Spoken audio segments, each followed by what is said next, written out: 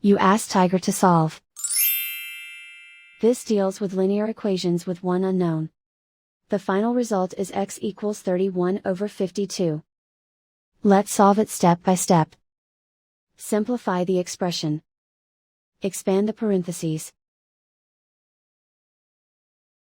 Multiply the coefficients.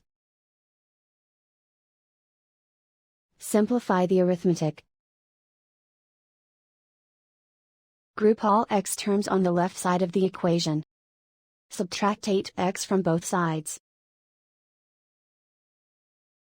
Group like terms. Simplify the arithmetic.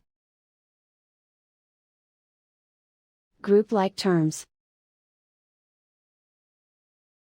Simplify the arithmetic.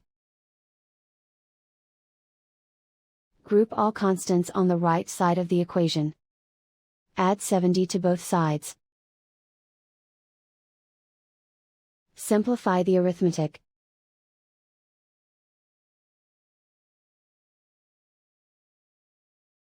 Isolate the x. Divide both sides by 104. Simplify the fraction. Find the greatest common factor of the numerator and denominator. Factor out and cancel the greatest common factor. And so the final result is x equals 31/52.